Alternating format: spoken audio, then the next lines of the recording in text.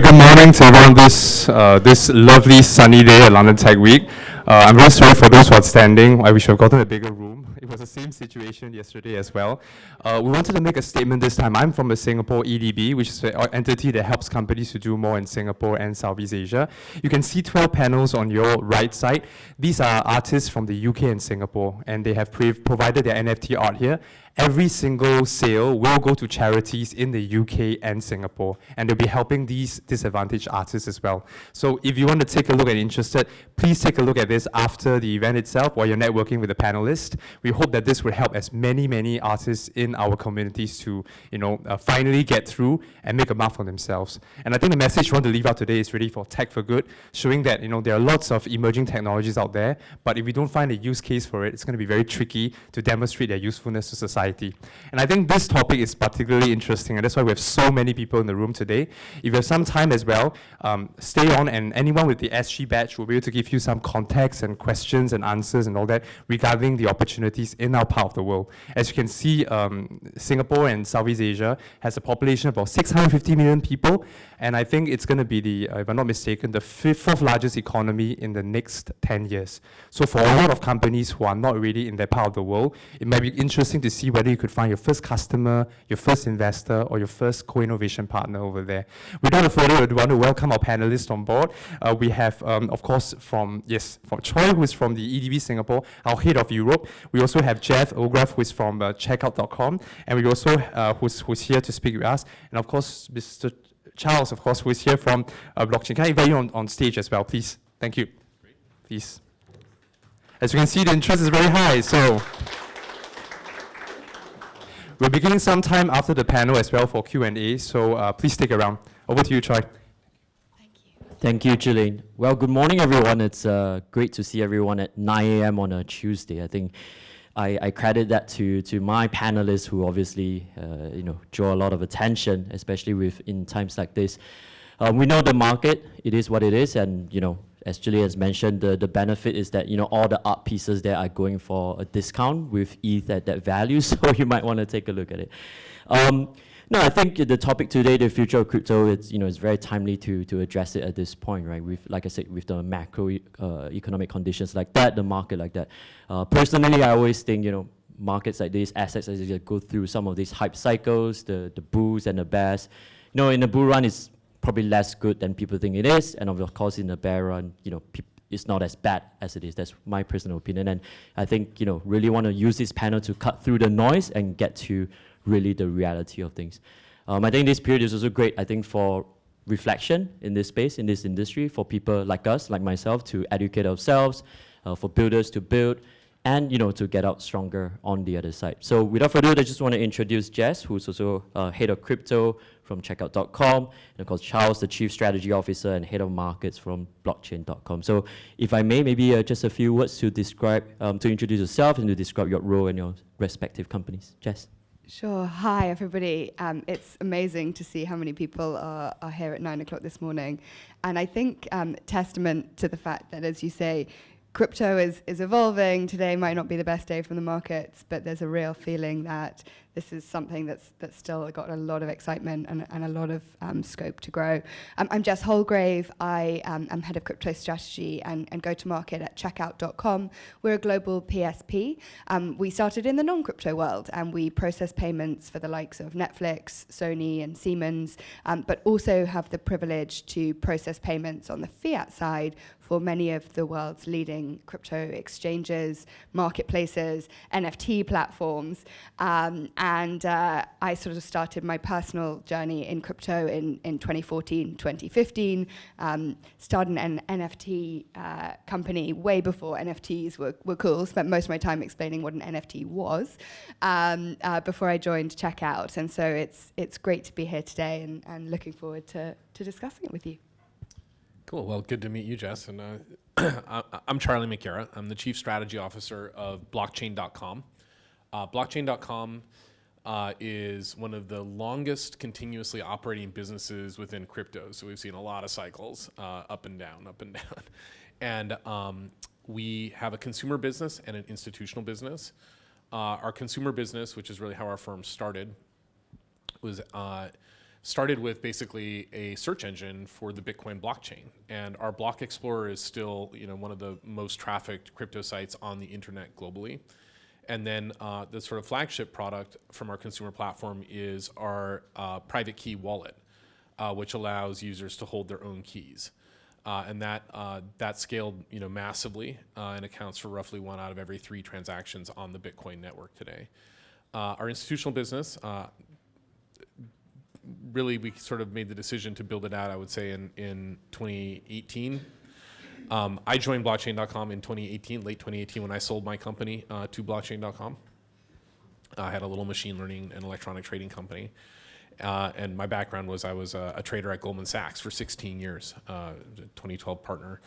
And I've been at blockchain for, I guess, almost 4 years now, and really kind of helped drive the build out of the institutional business. Our institutional business does trading in spot and derivatives. We do lending. We do structured solutions, and we have some active network participation businesses as well. So that's us. So you can think of us as sort of a full stack crypto services platform, but very, very much crypto native. Thank you very much, Jess and Charlie. I think the first question, before we get to the hard questions, the first question I want to address is really how the space is evolving, right? And it's a super broad question, so I do have to narrow it down. Jess, I think when you and I spoke, we spoke about the whole idea of the Web 2.5. Obviously, you have crypto-native companies like blockchain.com that started out almost 10, 11, 12 years ago. And now you have a lot of what we think are the Web 2 companies moving into it. So, can you guys explain what this idea of a Web 2.5 is? And maybe in the space, in the value chain you operate across exchanges, on-off ramps, custodial and self-custody wallets. And yeah, maybe using your partnership between checkout.com and blockchain.com as an example as well. Why don't you take that one? Yeah, let me start first. Thanks. So, for me, and I think everybody's got different views of what Web 3 is. We've got Web 5 emerging over the weekend, but let's stick right now for sort of Web 2.5. I think that when we think about Web 3, what we're thinking about is a world in which we have self-sovereign identity, we have our own keys, we're self-custodying things. But that is quite a long way from the user experience that most people are used to in a Web 2 world. One where I have a support line to call when I forget my password, I can reset my password. And whilst that may be a really strong vision to have, there is a bridge to get to kind of, actually I'm going to call it more than a bridge, I think it's a chasm to cross between how everyday users experience the world of Web 2 and what the end sort of state of a Web 3 might look like in terms of user experience. There's also a huge open space for people to help individuals cross that chasm, whether that's by onboarding people to be able to purchase cryptocurrencies, which is where checkout.com sits. And so what we facilitate is ultimately in the same way that on an e-commerce site I can purchase shoes with my with my credit card, I can also go onto a crypto exchange and purchase crypto with my credit card. And that's a sort of a gateway into Web 3, but one where still we're trying to facilitate a user experience that might feel comfortable and easy for the everyday user, and the same on the way out. So enabling you, perhaps when you've not today, but when you want to take those profits on the cryptocurrency, you're able to send those funds back into the fiat world onto a pay to card or a pay to bank transaction that gets that cryptocurrency out of Web 3. And I think that so payments is one example of this bridge between Web 2 and Web 3 that we can kind of talk about as being Web 2.5. But I think that there are several iterations of this around custody solutions, marketplaces that enable you to purchase an NFT directly with a card rather than with cryptocurrency itself, that might custody your NFT for you. And so I think there's always this sort of tension between the end state of Web 3 and a sort of fully decentralized vision and where we sit today. But I think that actually that's a really positive thing, because what it enables people to do is to learn to learn safely, and to start sort of exploring the world of Web3? Yeah, I would just say that I guess it's a pretty broad question. It's like, where are things going, right? When I think about Web3, you know, I'm an old financial markets person, so I think about it in some sense as new markets and new things, right? It's sort of like what happens when peer-to-peer value transfer with very low friction is a ubiquitous feature of software, right? What new markets and new things will arise? Where will price discovery that doesn't currently exist be unleashed and become transactionalized? Sometimes this idea gets conflated with the idea of like an augmented reality experience, VR, AR, but the basic idea underlying all that stuff is transactionalize the user experience with, you know, basically frictionless price discovery, because the cost of instantiating a new market and a new thing is going to zero. And so there's a lot of people working on lots of specific use cases of that. I'd view what happened in NFTs last year as basically a big kind of moment of experimentation. This idea that you can have something unique and transfer its title easily and seamlessly, and then allow liquidity to aggregate in new things. I think it's really interesting when you think about why does it make sense to have a peer-to-peer system without all these intermediaries in it, right? It's really, there's a cost-based argument to it, right? Which is typically the process of price discovery and capital formation is heavily intermediated and expensive. And crypto is an awesome crowdfunding rail, right? NFTs are a perfect example. That's a market that did not have capital formation previously. And you have this whole new rail for like basically price discovery in intellectual property, right? And so in terms of just raising the velocity of capital formation and crucially raising the velocity of people coming together and building community willpower to get something done, crypto is not just a sort of a crowdfunding machine, but it's also a flash mobbing machine, right? Because incentive alignment is a really powerful way to get people doing things together. And so I think you'll see a lot more innovation kind of around those axes, like crowdfund, flash mob, and price discovery. And it's pretty exciting. Yeah, I love that train of thought, right? Because we often think like it's a journey to get from Web 2 to Web 3. It's a process, it's sequential, but maybe not, right? Maybe Web 2 and Web 3 can exist. They're not mutually exclusive. Web 2 gives you, and we're all spoiled by Web 2, right? The ease, the user interface, just how easy things get to our wallets or get to our homes by the parcels. But of course, there's a Web 3 vision of more decentralization, more price discovery, more community forming. So I think that may not be mutually exclusive. Now, I do want to get into the tough questions, right? So obviously, in the past few weeks, crypto as a whole, has gotten a bit of bad press. We first started with the Terra Luna DPEG, the Death Spiral, and of course, now we have the broader crash. Obviously, excuse me. Obviously caused by the larger macroeconomic conditions, but with Celsius maybe shutting down, maybe going to insolvency, there's a higher impact. There's a volatility that goes beyond the market conditions. So, I think the path to innovation will have some creative destruction, but I guess we can objectively, say that there's a little bit too much destruction going on. And then my question to both of you is, why do these things happen, right? Why do these episodes happen? And it seems like they continue to happen after years. And from your perspective, what can we do? And we meaning like industry, regulators, consumers. How do we stop these things from happening in the future, or if it's even possible? So I'm largely going to defer to Charles as the trader in the room. But I'll give you my 2 cents on this, which is that we are still incredibly early. And whilst as somebody who spends all their time thinking about Web3, it can be very extreme. If we zoom out to the kinds of time horizons on which monetary systems are created and change and evolve, we're still in those very, very, very early stages. For the individuals who are impacted by some of this, and I think that we've got some way to go on making sure that consumers are fully protected.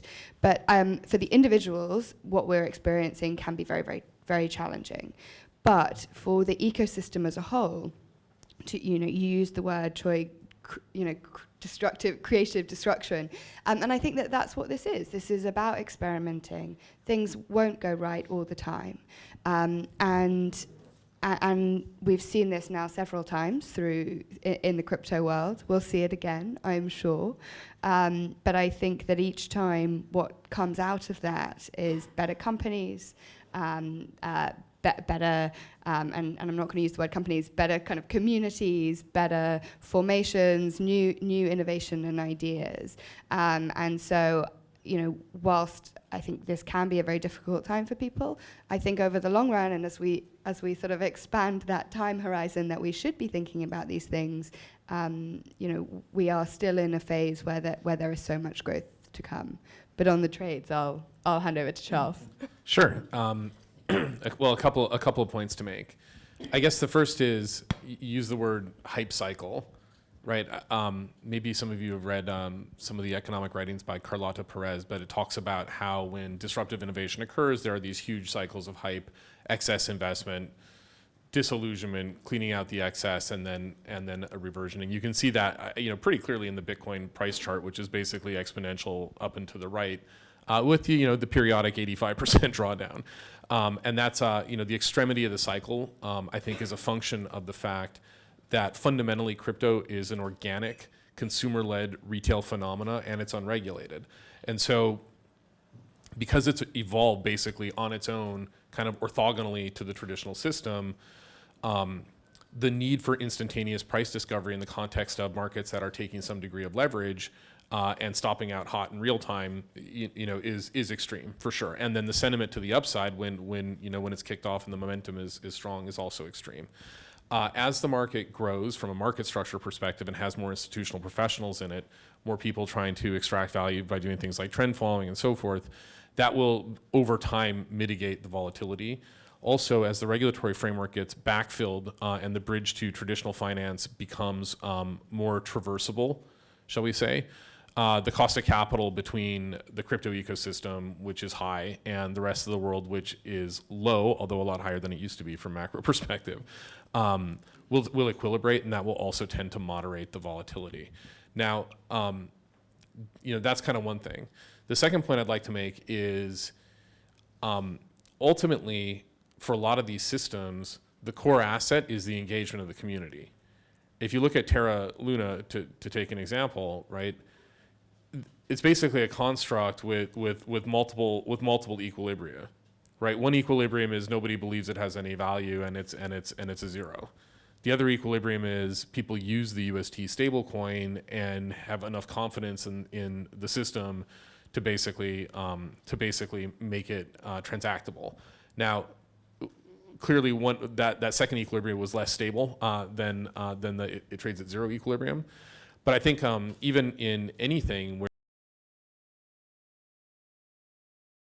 nothing, it only has value, like Bitcoin only has value really because other people will put a bid on it, right? The dollar only has value because everyone else will put a bid on it. Now, that's obviously a big philosophical conversation. Everybody has an opinion on it.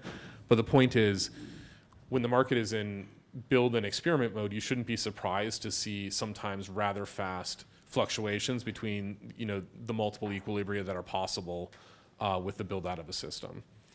And then I would just say, to comment on the overall environment, right? Putting my macro trader hat on for just a second. Again, everybody in this room will have an opinion, but it's pretty clear that the Fed is, addressing a supply side inflation problem with the demand hammer.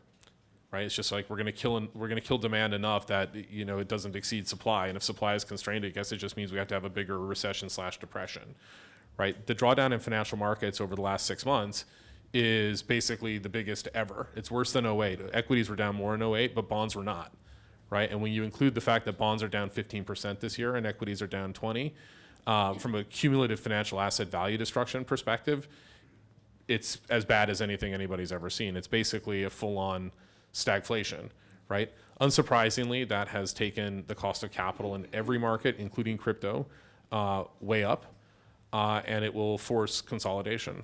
And we shouldn't be surprised to see some degree of that. Now, I think the big question, which is as yet unanswered, is again, a healthy portion of the crypto ecosystem views its capital base as crypto, right?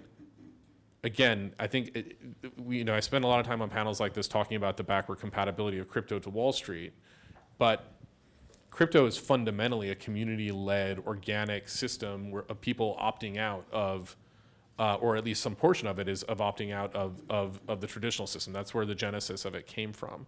And so to the extent that the crypto market participates in crypto, it's basically can evolve its own capital base, intrinsic to its own internal systems, and we do see a fair amount of that in our crypto native client base, and so it remains to be seen whether the crypto market can just decouple, and I would just say, like, if the Fed ends up too far behind the curve on inflation, I wouldn't be surprised to see Bitcoin surprise people to the upside. Right now, we're at peak Fed credibility and peak fear of the Fed. But if people just say, like, actually they can't get that far in front of it, then I would imagine Bitcoin is like a coiled spring right now. Thanks for that. I just want to dig a bit into the experimentation that we talk about, right? The creative destruction, because I think when I compare with other technologies, other innovation that we see in the past, they were usually quite enclosed, right? Especially for material innovation, technology happens in a lab, happens in a closed environment with scientists, innovators that sort of know what they're doing. But whereas obviously in crypto, in the broader Web3 space, the experimentation is happening in full visibility, right? It's public facing, it's consumer facing, companies that get exposed, retail institutional investors get exposed, and communities as well, Charlie, as you mentioned, are exposed to it already. So in your respective companies and businesses, how do your customers respond to it, especially in a market like this? So Jess, for you would be obviously the merchants, and by extension, their consumers. And obviously, Charlie, for you would be retail, institutional investors. How do they respond to cycles like that? So at checkout, most of our merchants, in fact, all of our merchants are centralized to some degree. As a regulated financial institution, we can only onboard companies today. I hope one day we'll be able to onboard DAOs and all sorts of other things, but today we are still living in this bridge between the two worlds, and we can only onboard companies. So we don't see necessarily this sort of the full extent to what building in an open source world looks like. Outside of checkout, I think that crypto, Bitcoin specifically, the Immaculate Conception, nobody knows where this came from. It's a really exciting concept. And I think the ability to build in an open source way and to couple value with that means that the community as a whole is in charge of its own destination often. That's not always the case, and there are some aspects of crypto where crypto has been kind of co-opted but still operates in a very centralized way. But if we're thinking purely about decentralized cryptocurrencies, what that means when you couple value with that innovation and that open source innovation is that things move very quickly. Bad things are, can be noticed, they fall away. And I think that that's part of this innovation cycle that we see in crypto, is that things do move very quickly. People are incentivized to build. People, on the downside, people will fall out when something isn't worth value. And I think that's a real contributor to the speed of the cycles that we see in this space and the growth. And it's also, I think, what attracts so many of the brilliant minds to want to work on this, because it is free from some of the constraints of operating within a closed business environment. You can contribute in an open source way and be rewarded for the value that you bring to that ecosystem, and you're free to do that how you want. Yeah, I would say, first to your point about open source or kind of interoperability more generally, right? It's clearly a particular model for innovation. Sometimes it's not the right thing for everything, but for things that are kind of modular and iterable and interoperable that allow people to kind of experiment, it's good. And so, like on our platform, we kind of have a principle of or an aspiration to be more and more interoperable through time, right?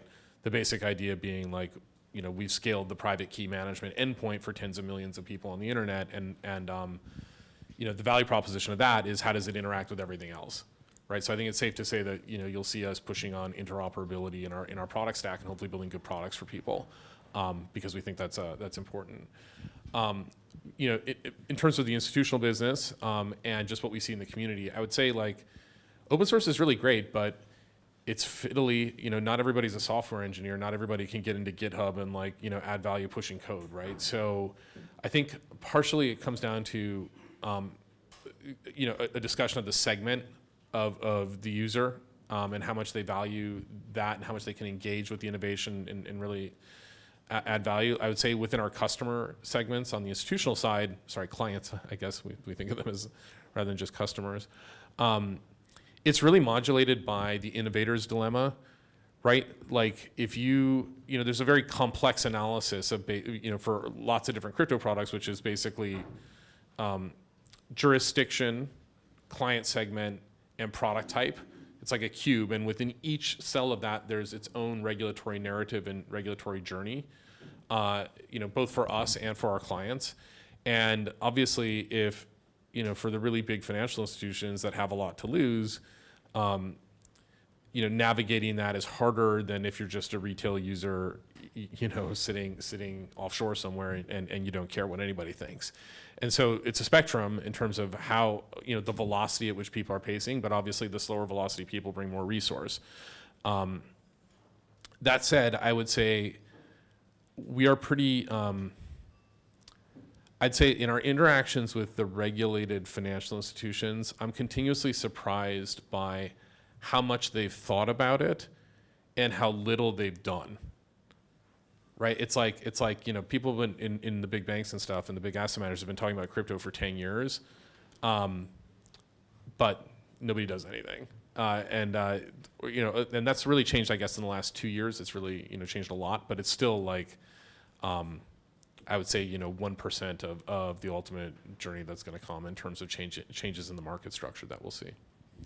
So Charles, sticking with you, because we're going to talk about regulation, right? So coming from Singapore, obviously there's some bias here. And for blockchain.com, I guess this is extremely pertinent. In the various regulatory regimes and the jurisdictions that you operate in, and you don't have to drop names or anything, where are some of these regulatory regimes where you see have managed, or at least so far, balance out between innovation and also consumer protections and that kind of stuff? Like what is the sweet spot and how have they done it?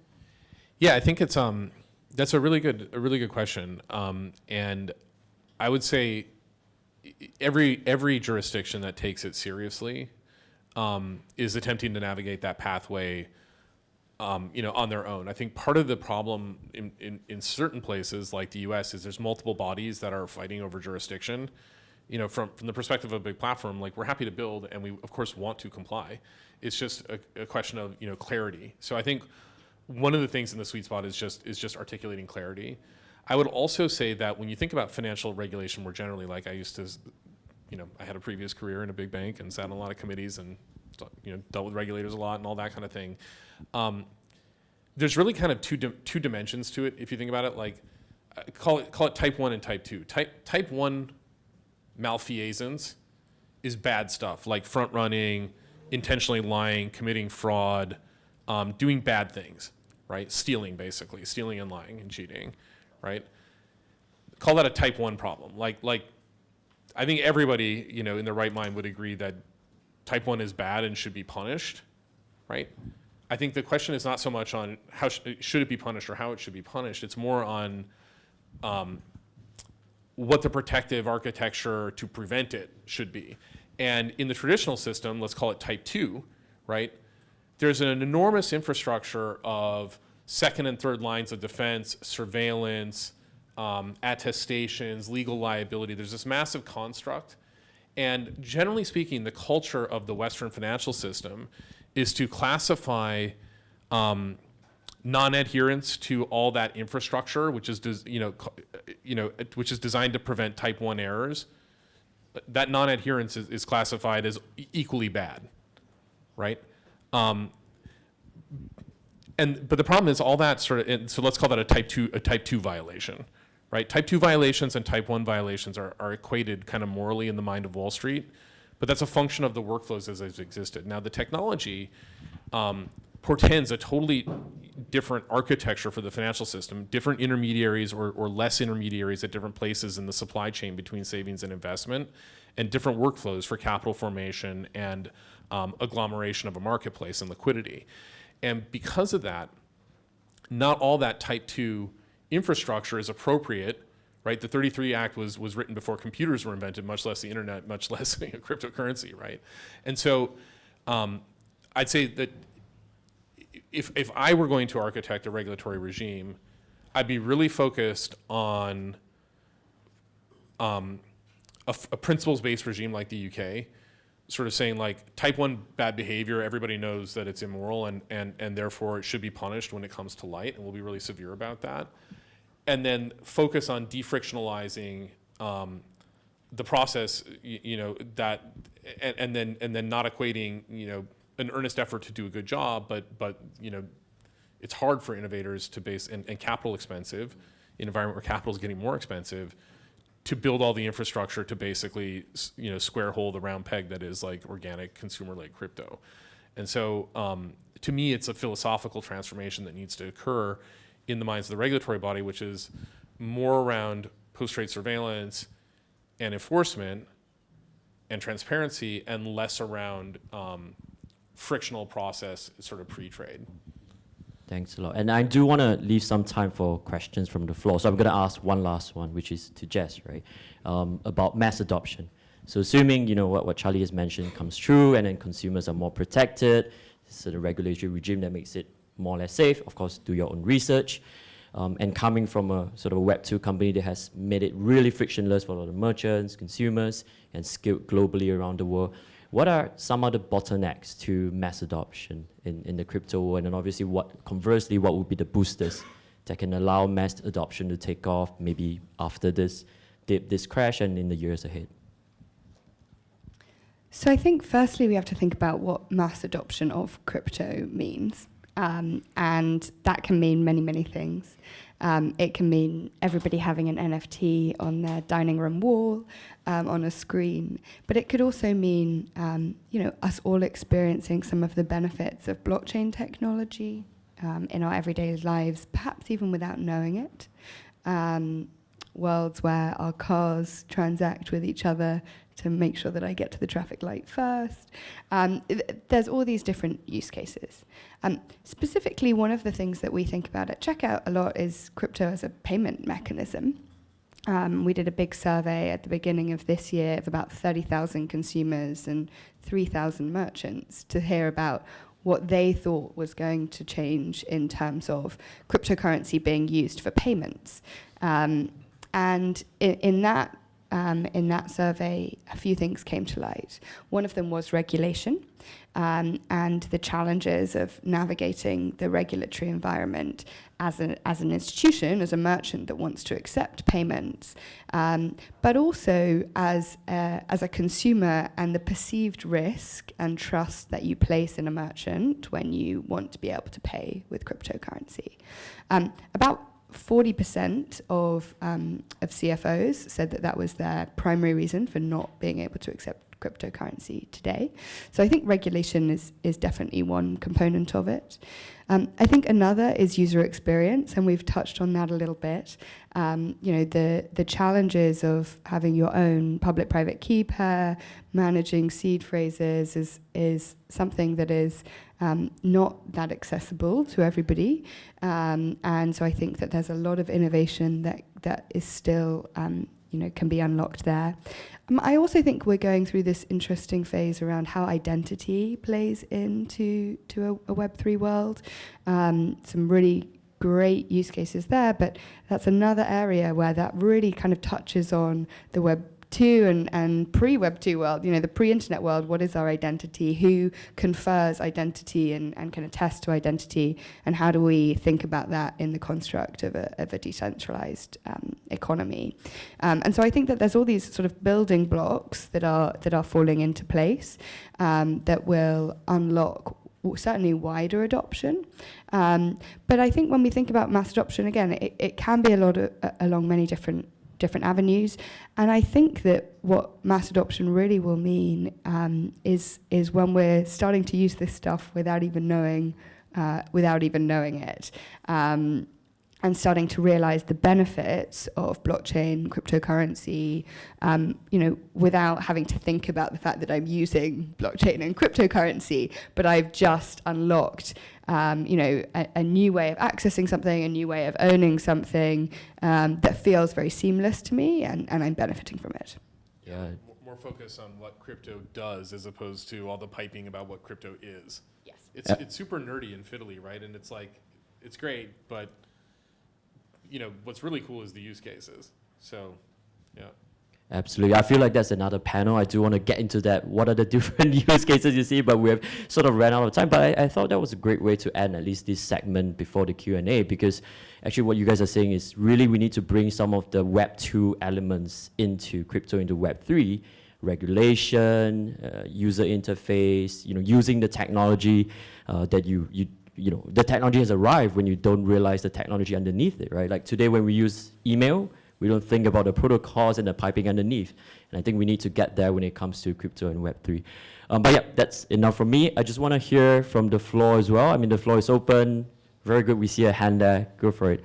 I think Jillian's going to hand you a mic from the back. It's a bit crowded, so give him some time to get through the crowd. Gentleman in grey. Oh, you have to use mic. Even nicer. That's all right. So with equity in stocks, you can value stocks by looking at their P, their balance sheet, or whatever. How do you value tokens or cryptocurrency? Because there are thousands now in the market. How would you guys value that? And the second kind of part of the question is, could you end up seeing cryptocurrency or tokens not going with the New York Stock Exchange, and actually companies listing as tokens as well? How do you value crypto? That's a huge thing to open up. I mean, I think it depends on the crypto. Like Bitcoin, I think it's at least at the moment, some sort of conversation around how do you value gold, which is also a hard conversation. And some, TAM penetration at the very least. And then if you want to be more optimistic about it, it's sort of like, well, how do you value like an impregnable, cyber secure, public notary attestation utility for the internet? Like, I don't know, right? I think for a lot of the other ones, which are designed more around utility and interoperability and programmable working capital inside a supply chain, things like a lot of the Web3 tokens like Filecoin or Arweave or Theta or Helium, it's more about like understanding the demand for the working capital layer of a system as it expands, and it's probably underwritable on that basis, more like a commodity market, like a supply and demand kind of thing. And then there's a whole universe of tokens that really do look like securities. And the regulator probably should just go out and say, like, here's a framework for issuing securities fast online, and like that might actually help reduce the cost of capital that's obliterating the economy right now, but that's a different conversation. Gentleman in blue. It's Jez, you mentioned that part of let's say making it mainstream is about regulation, but it's a bit contradictory with the word decentralization and let's say the construct behind what created this crypto world. What needs to happen for crypto to go that way and meet somewhere in between?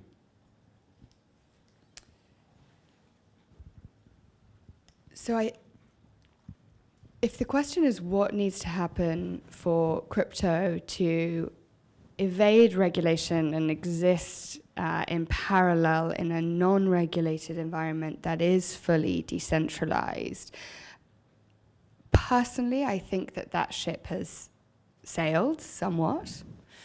I do think that there is something very powerful about Bitcoin exclusively in that regard, as something that is in existence and that today people have collectively decided is an asset that they imbibe value in. And I think one could imagine a hypothetical world where, as individual consumers, people fundamentally lose faith in the institutions that govern the rest of the financial system, and something like Bitcoin becomes a sort of fallback asset that people trust in.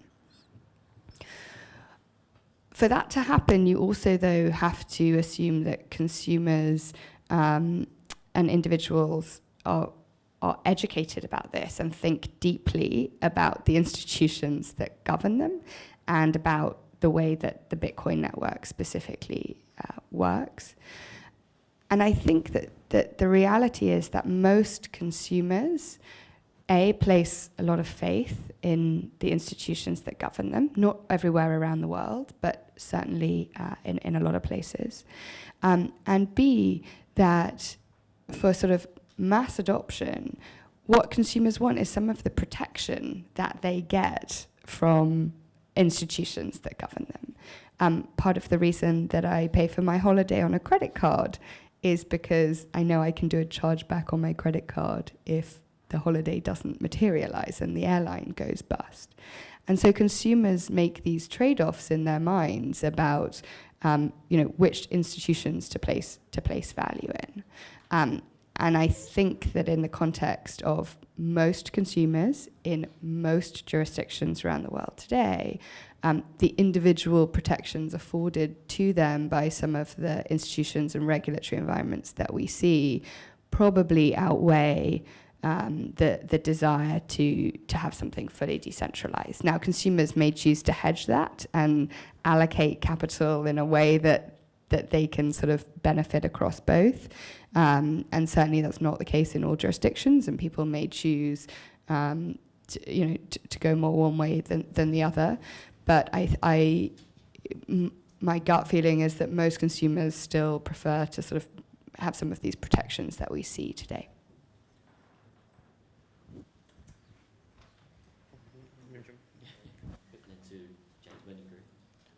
We talk a lot about mass adoption for consumers, but we saw also with the Terra crash that the top post on the subreddit was a suicide watch. Do you really think that all consumers should have access to what are essentially financial instruments?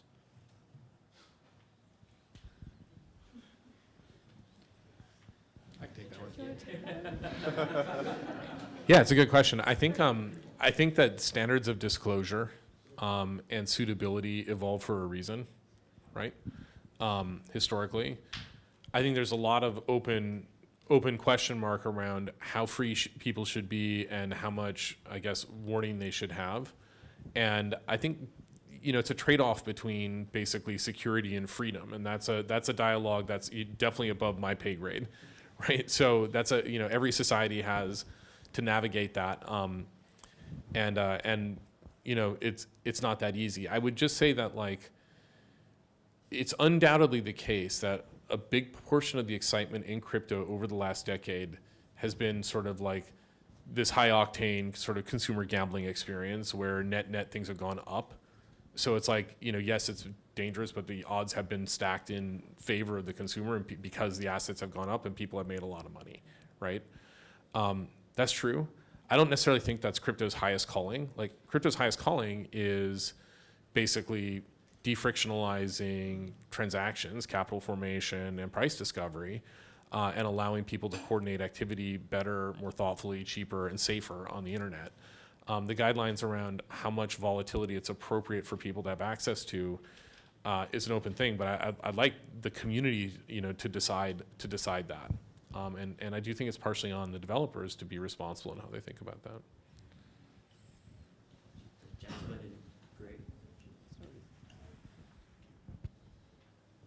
Yeah, hi. My question is, last year, Bitcoin mining actually released more carbon than Switzerland.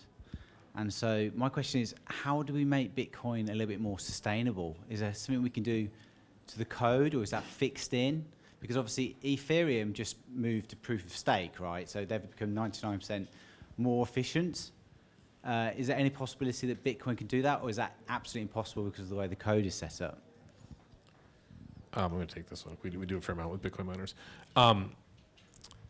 It's not clear how much of the Bitcoin electricity consumption is from renewables versus fossil fuels to start. We know that the Chinese communist coal has mostly been expunged from the Bitcoin network, so we know it's a lot more renewable now than it was. That's for sure. Let me finish, right? I think when you take a step back, there's this question, which is proof of work just a flawed concept, right? Proof of work is good governance in a box, right? It's way harder to fake proof of work than it is to fake proof of stake. There's less incentive misalignments, and that's a big debate that our engineers will they'll die on that hill. Personally, I'm a little bit more, agnostic. I just want things that people agree work. Now, all that said, with proof of work, it's a digital battery, right? And one of the biggest problems in transitioning to a renewable grid is basically load balancing and storing value from electricity, given the intermittentness of renewable supplies. And you're seeing basically Bitcoin mining become an important part of a renewable grid in many places. Like in Texas, they've had record heat the last few days. The Bitcoin miners have shut in, and it's allowed people to make this, the capex and renewable capacity more economic because there is more aggregate demand, but it can turn off. And so I think right now we kind of have this view or the meme on the street is Bitcoin mining is this sort of antisocial, anti-ESG kind of construct. But over the course of the next 10 years, I suspect it'll move toward it's a pro-social necessary component of the overall power grid, and we're happy to have it.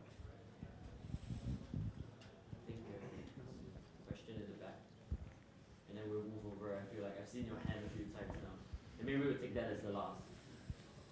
Yep, here for you. No, go. Yeah. Hi, I'm Alex. I'm 21 years old, and the reason I'm saying this is that I'm pretty new to this world, and I have to educate myself through Twitter and social media.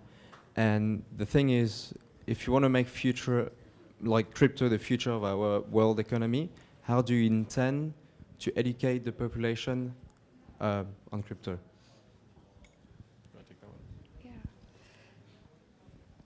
So again, I think this comes back to what use cases are and what the wider consumer population will use crypto for.